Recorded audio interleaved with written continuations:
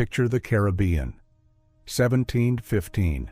A map stretching from the coast of Virginia all the way down through the Bahamas, past Jamaica, and into the warm blue waters off the coast of South America. Now trace your finger along the trade routes, from Kingston to London, from Havana to Seville, from Charleston to Bristol. These were the veins of the British Empire. Gold, sugar, tobacco, and rum flowed through them by the shipload. And for nearly 3 decades, those veins were bleeding. Now, zoom into Nassau, a harbor town in the Bahamas that had become the most lawless port on Earth. Over 1,000 pirates called it home. They drank, they fought, they divided stolen treasure on the beach, and they sailed out every few weeks to rob anything flying a merchant flag. The Royal Navy had warships, massive frigates with 40 cannons, 200 men, and enough firepower to level a coastal fort. And yet, they could not catch these pirates.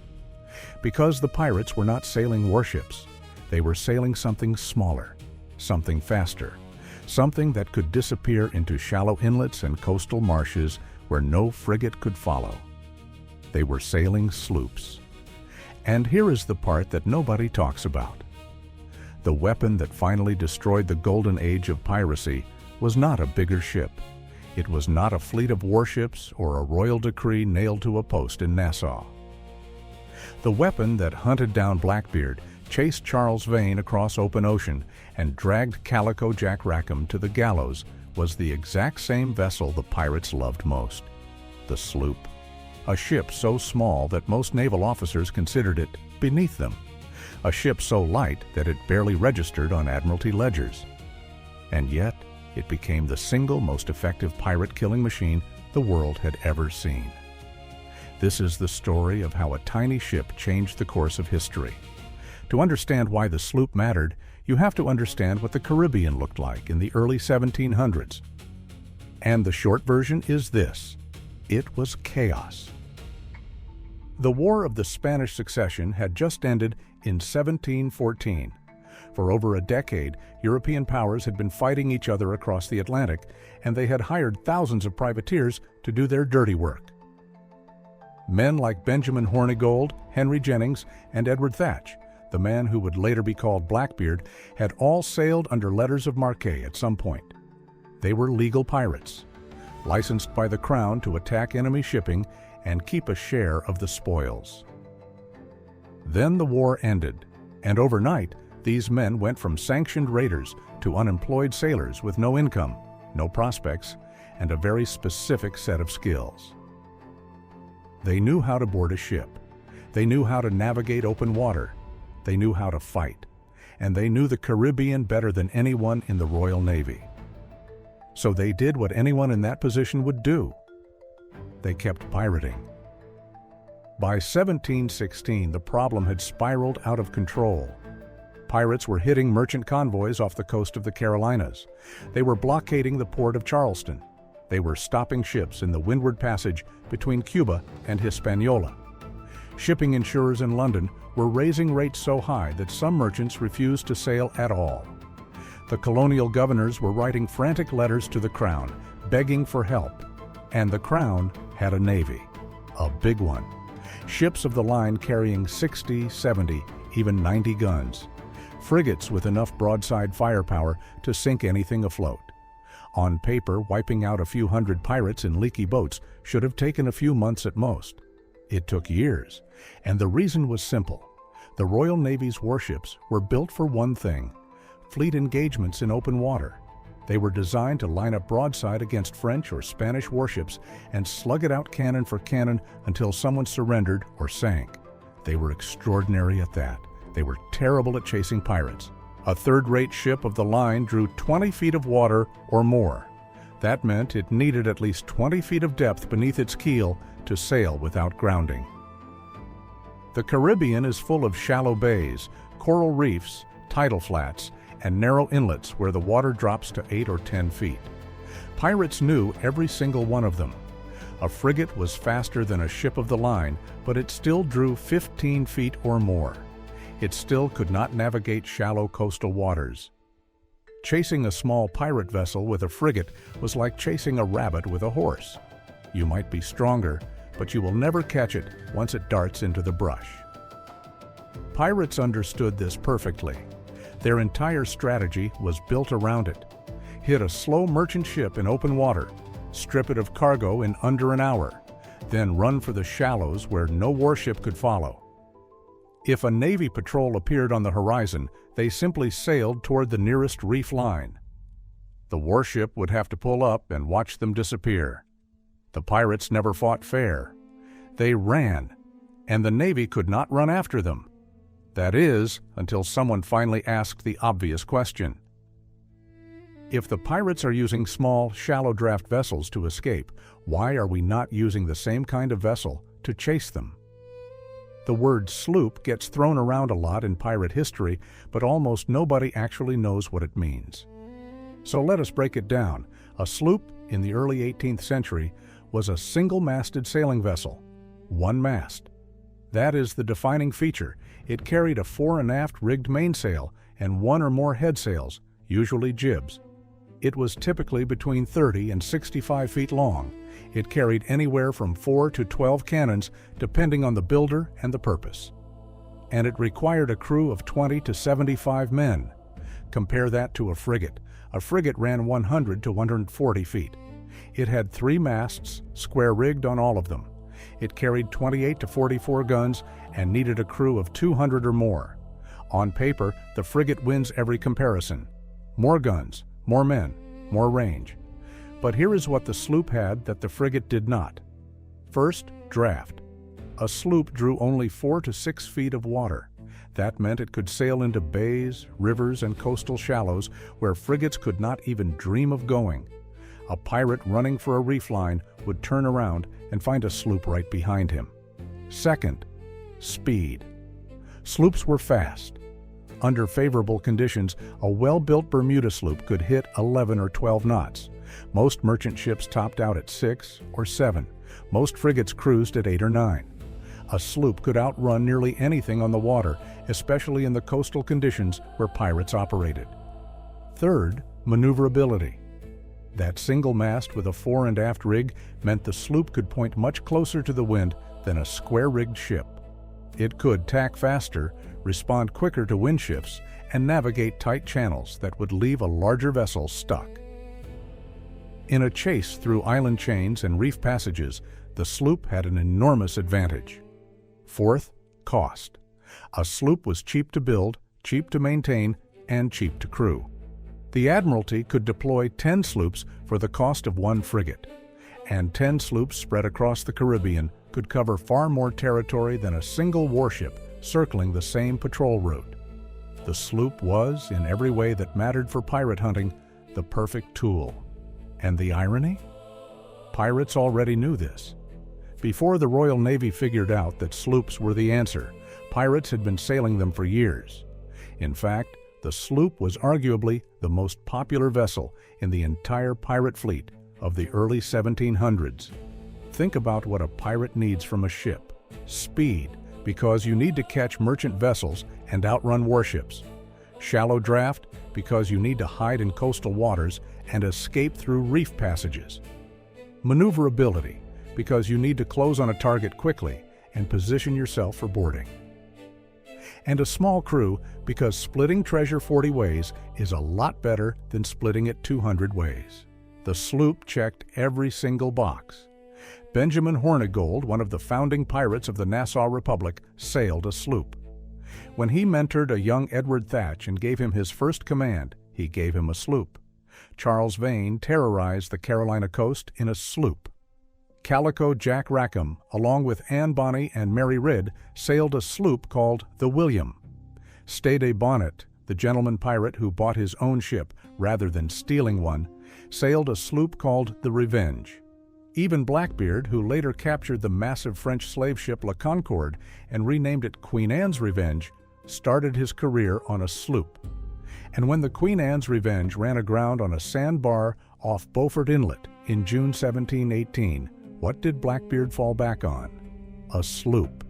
He transferred his crew and his treasure to a smaller sloop called the Adventure and kept operating. The sloop was the AK-47 of the pirate world. Reliable, versatile, available everywhere, and devastatingly effective in the right hands. So, when the British Crown finally decided to end the Golden Age of Piracy once and for all, it had to make a decision that must have stung. It had to admit that its grand warships were useless against this enemy. It had to swallow its pride, set aside the frigates and ships of the line, and fight the pirates on their own terms, with their own ship. By 1718, King George III had heard enough. The Caribbean was hemorrhaging money. Colonial governors were threatening to resign. Merchant captains were refusing to sail. Something had to be done, and it had to be done fast. The strategy that emerged was twofold. First, offer pardons. Any pirate who surrendered and swore to abandon piracy would receive a full royal pardon, no questions asked. This was a calculated gamble. The Crown hoped that many pirates, especially the older ones who were tired and rich enough, would take the deal and retire quietly. Second, hunt the ones who refused, and for the hunting, the Crown turned to sloops. Woodes Rogers, a former privateer himself, was appointed Royal Governor of the Bahamas. His job was to sail into Nassau, the pirate capital, and clean it out. He arrived in July 1718 with a small flotilla that included 2 Navy sloops. Not frigates, not ships of the line. Sloops, because Rogers needed vessels that could chase pirates through shallow island chains, not slug it out broadside. When Rogers sailed into Nassau Harbor, most of the pirates surrendered and took the pardon. Hundreds of them. Benjamin Hornigold, the man who had trained Blackbeard himself, accepted the pardon and switched sides. Rogers actually commissioned Hornigold to hunt down the pirates who refused to surrender. And what did he send Hornigold out in? A sloop. The poacher turned gamekeeper, sailing the same kind of vessel he had used to terrorize the Caribbean, now using it to protect it. But not everyone surrendered. Charles Vane, one of the most defiant pirates in the Caribbean, set fire to a captured prize ship and sent it drifting toward Rogers' fleet as a welcome gift, then sailed out of Nassau Harbor under cover of the smoke. Rogers sent sloops after him, but the most famous sloop engagement in the entire Golden Age of Piracy was not in Nassau. It was 800 miles north, in a place called Ocracoke Inlet, off the coast of North Carolina. By the fall of 1718, Edward Thatch, Blackbeard, had become the most wanted man in the western Atlantic. He had blockaded the port of Charleston earlier that year, holding an entire city hostage for a chest of medical supplies. He had been granted a pardon by Governor Charles Eden of North Carolina, but everyone knew it was a sham. Eden was almost certainly receiving a cut of Blackbeard's stolen goods. The pirate had settled into a comfortable arrangement where he operated freely out of Ocracoke Inlet, a shallow, treacherous body of water surrounded by barrier islands off the Carolina coast. Governor Alexander Spotswood of Virginia had seen enough. He was not willing to wait for the Crown to act. He organized a secret expedition to find and kill Blackbeard, and he financed it out of his own pocket. The vessels he chose were 2 sloops. The Jane, commanded by Lieutenant Robert Maynard of the Royal Navy, and the Ranger, commanded by a naval officer named Hyde. Not frigates, sloops, because Spotswood understood the geography. Ocracoke Inlet was shallow. The channels were narrow and treacherous, choked with sandbars that shifted with every tide. A frigate would run aground before it got within cannon range. Only a sloop could get in there. On the evening of November 21st, 1718, Maynard's 2 sloops anchored outside the inlet. They could see Blackbeard's sloop, the Adventure, at anchor inside. Blackbeard had about 25 men with him. Maynard had roughly 60 spread between his 2 vessels. At dawn on November 22nd, Maynard moved in. The approach was a nightmare. The channels were so shallow that both sloops scraped bottom multiple times. The Ranger actually ran aground on a sandbar early in the engagement and was temporarily stuck. Maynard pressed on alone in the Jane. Blackbeard opened fire. His cannons raked the Jane's deck, killing or wounding nearly a third of Maynard's crew in the first broadside. Maynard ordered his surviving men to hide below decks, leaving the upper deck empty. It was a trap. When Blackbeard saw the empty deck, he assumed most of the crew was dead. He threw grappling hooks, pulled the two sloops together, and led his pirates aboard the Jane. That is when Maynard's men burst from below. What followed was one of the most brutal close-quarters fights in naval history. Blackbeard and Maynard fought hand-to-hand. Blackbeard reportedly took 5 musket balls and over 20 sword cuts before he finally collapsed and died. His crew was killed or captured within minutes. Maynard cut off Blackbeard's head, hung it from the bowsprit of the Jane, and sailed back to Virginia. 2 sloops, 60 men, and the most feared pirate alive was dead. No other vessel could have navigated those channels. No other vessel could have gotten close enough to fight. The sloop did not just help kill Blackbeard, it was the only ship that could have. Charles Vane was a different kind of problem. Where Blackbeard was bold and theatrical, Vane was slippery. After his dramatic escape from Nassau, he spent months moving between islands, hitting merchant ships, and vanishing before anyone could catch him. Rogers sent sloops after him, again and again, and for a while, Vane managed to stay ahead of them. He was a skilled sailor, and he knew the Caribbean intimately. He would hit a ship near Hispaniola, then turn up 2 weeks later off the coast of Honduras. But the difference now was that the ships chasing him could go everywhere he could. When he ducked into a shallow bay, a sloop followed him in. When he ran for a reef passage, a sloop was right behind him. Vane's luck ran out not because of a naval engagement, but because of a hurricane. A massive storm wrecked his sloop and killed most of his crew. Vane washed up on a small island in the Bay of Honduras, where he survived as a castaway for months before being recognized by a passing ship's captain. He was arrested, taken to Jamaica, tried, and hanged in March 1721. By the time Vane was shipwrecked, he had been pushed to the margins. The sloop patrols had closed every gap. If you want the perfect example of how sloops ended the Golden Age of Piracy, look at the capture of Calico Jack Rackham. Rackham was a minor pirate in terms of plunder, but he became one of the most famous because of his crew. Anne Bonny and Mary Red, 2 of the only documented female pirates of the era, sailed with him aboard a sloop called the William. In October 1720, Captain Jonathan Barnett, a pirate hunter commissioned by the governor of Jamaica, received intelligence that Rackham's sloop was anchored at Dry Harbor Bay, off the western coast of Jamaica. Barnett's vessel? A sloop. Barnett found Rackham at anchor on the night of October 22nd. By some accounts, most of Rackham's crew was drunk. Barnett moved in fast. His sloop pulled alongside the William and his men opened fire. According to the trial records, Bonny and Red were among the few pirates who actually fought back. Most of the crew surrendered almost immediately. Rackham was taken to Spanish Town, Jamaica, tried, convicted, and hanged on November 18, 1720. His body was gibbeted at the entrance to Port Royal Harbor as a warning. Bonny and Red were tried separately. Both were convicted. Both claimed to be pregnant to avoid immediate execution. Red died in prison, likely from fever, in April 1721. Bonny's fate is less certain. She simply disappears from the historical record. But the tactical story is clear.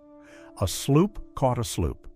There was no chase through shallow waters, no dramatic pursuit through reef passages. Barnett simply sailed to where Rackham was because he had a ship that could go anywhere Rackham could go.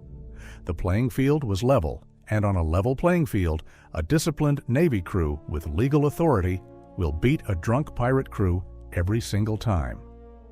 Stede Bonnet is one of the strangest figures in pirate history. A wealthy Barbadian plantation owner who abandoned his comfortable life, bought a sloop called the Revenge, and became a pirate. He was terrible at it. Bonnet sailed with Blackbeard for a time, which mostly consisted of Blackbeard treating him with contempt and eventually stealing his crew. After Blackbeard abandoned him, Bonnet accepted a royal pardon, then went back to pirating almost immediately. By September 1718, Bonnet and his crew were hiding in the Cape Fear River in North Carolina, repairing their ship. Colonel William Rhett, a plantation owner and militia leader from Charleston, learned of Bonnet's location and organized an expedition to capture him. Rhett's vessels?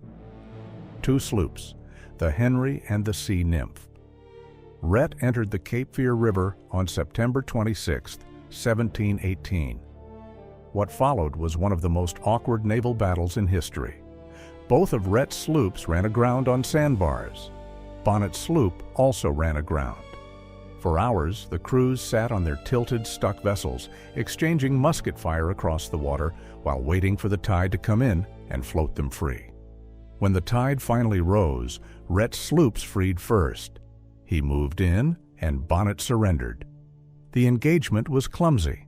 It was undignified. It was 3 sloops stuck in the mud, shooting at each other like angry neighbors. But it worked. And once again, the critical factor was vessel selection. Only sloops could have navigated the Cape Fear River. A frigate could not have gotten within miles of Bonnet's position. Bonnet was taken to Charleston, tried and hanged on December 10, 1718. He reportedly wept on the gallows, which somehow made him more sympathetic and more pathetic than any other pirate of his era. Not all sloops were created equal, and the one that deserves special attention is the Bermuda sloop.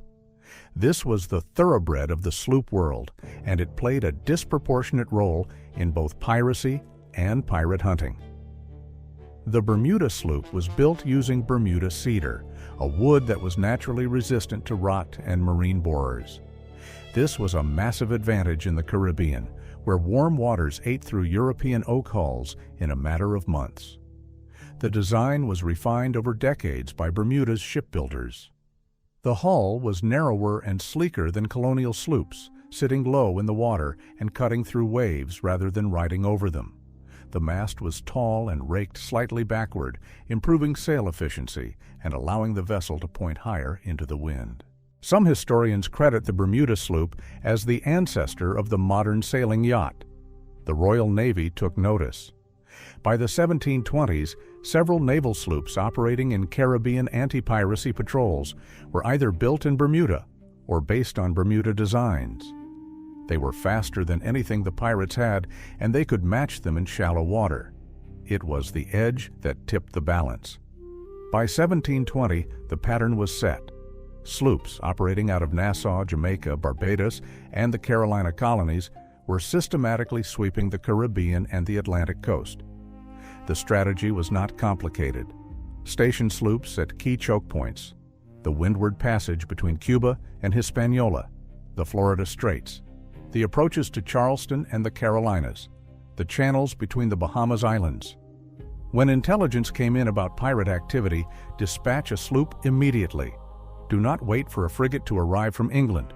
Do not organize a grand fleet action. Send a fast ship with a competent crew and let them handle it.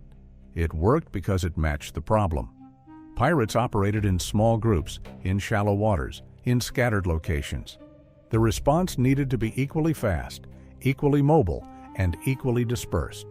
One frigate patrolling a 500-mile coastline would miss everything.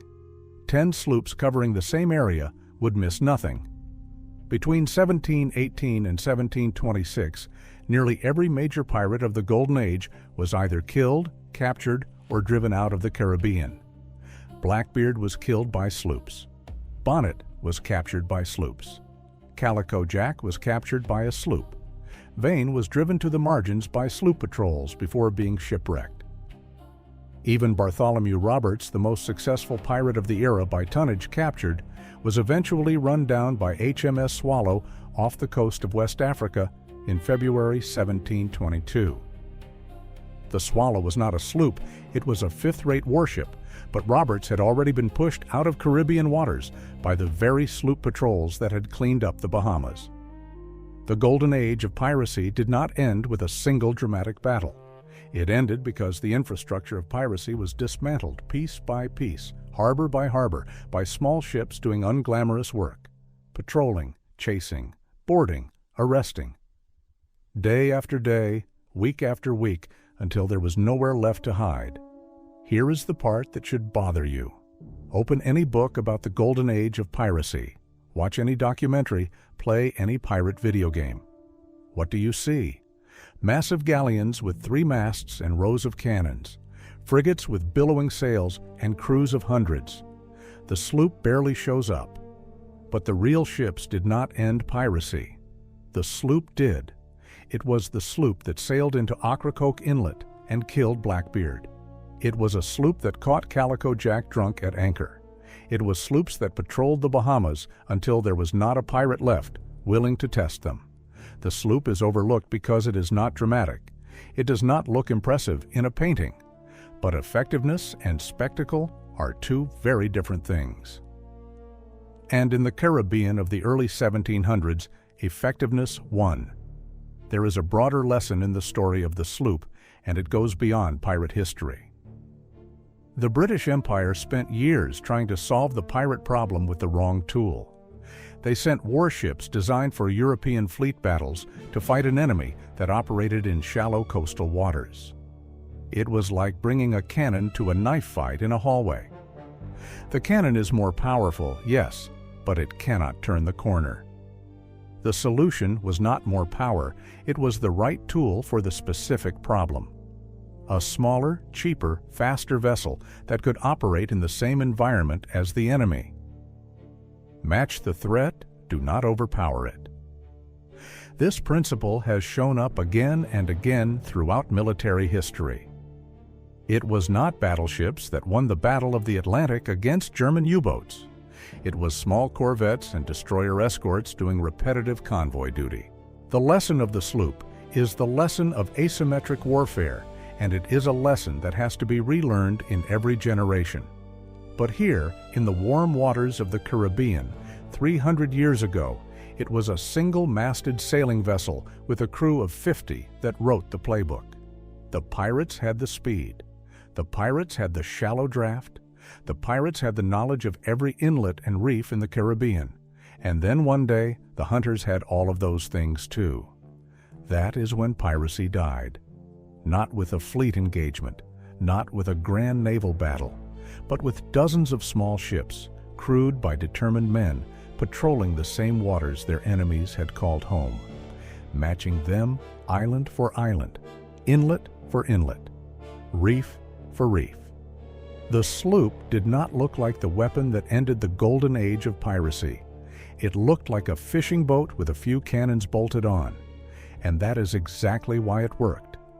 If you made it to the end, you already know more about the real history of pirate hunting than anyone who has watched every pirate movie ever made. Click subscribe. I cover forgotten history like this every single week. And if you want to see the story of the pirate who almost defeated the sloop patrols entirely, who built a fleet so large that even the Royal Navy was afraid of him, that video is on screen right now. Click it.